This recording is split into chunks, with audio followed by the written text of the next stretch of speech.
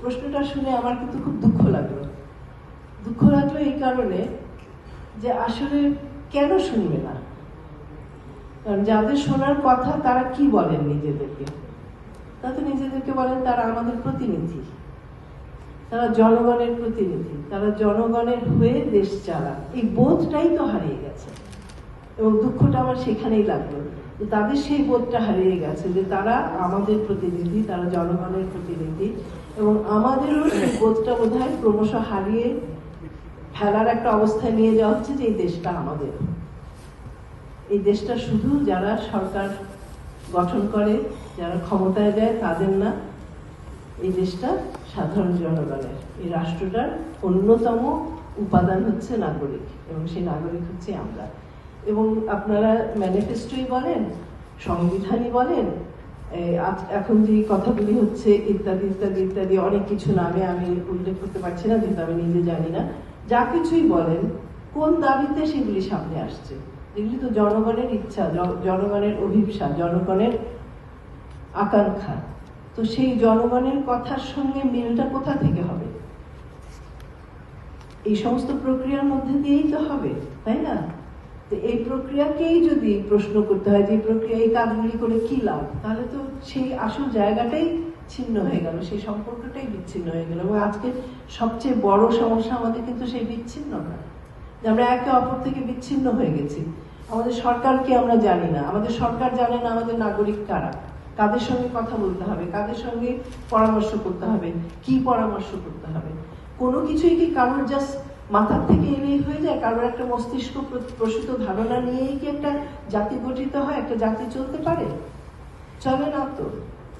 এটা তো দীর্ঘ দিনের প্রক্রিয়ার মধ্যে দিয়ে আসে। আমি নিজেই 3টা প্রক্রিয়ার মধ্যে ছিলাম। দেবপ্রিয়রা সারাক্ষণ কাজ করে যাচ্ছে, তাদেরকে অভিনন্দন, অনেক ধন্যবাদ জানাই। আমার আশেপাশে যারা আছেন আমার থেকে অনেক বেশি কাজ করেন তারা এই সমস্ত ক্ষেত্রে।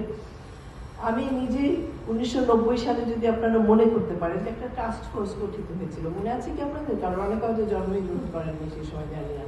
1990 সালে প্রফেসর রিমান সোহানের নেতৃত্বে একটা টাস্ক ফোর্স গঠিত হয়েছিল। সেখানে কিন্তু অন্যতম নেতা ছিলেন এই যে আজকে প্রফেসর ইউনুস। তিনি সেগুলি কি করেছেন?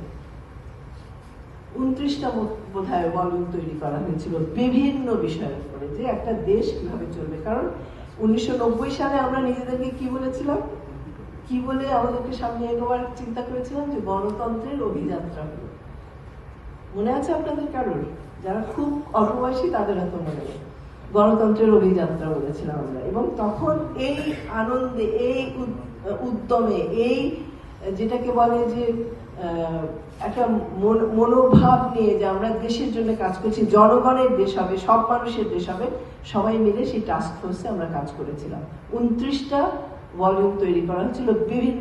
এখন যে কথাগুলি বলছি অনেক কিছুই ওখানে খুঁজে পাবেন, অনেক কিছু খুঁজে পাবেন। এই এখনকার কথা থেকে অনেক বেশিও পেতে পারেন, কারণ এখন আমরা আস্তে আস্তে অনেক কিছু আবার স্থিরিত করে ফেলছি। এই কথা এইভাবে বলা যাবে না, ওইভাবে বলা যাবে না, বললে কি বিপদ হবে সেটার ভয়ের চেয়ে অনেক কথা কিন্তু এখন আমরা বলিও না, কিন্তু তখন বলেছিলাম, মন খুলে বলেছিলাম।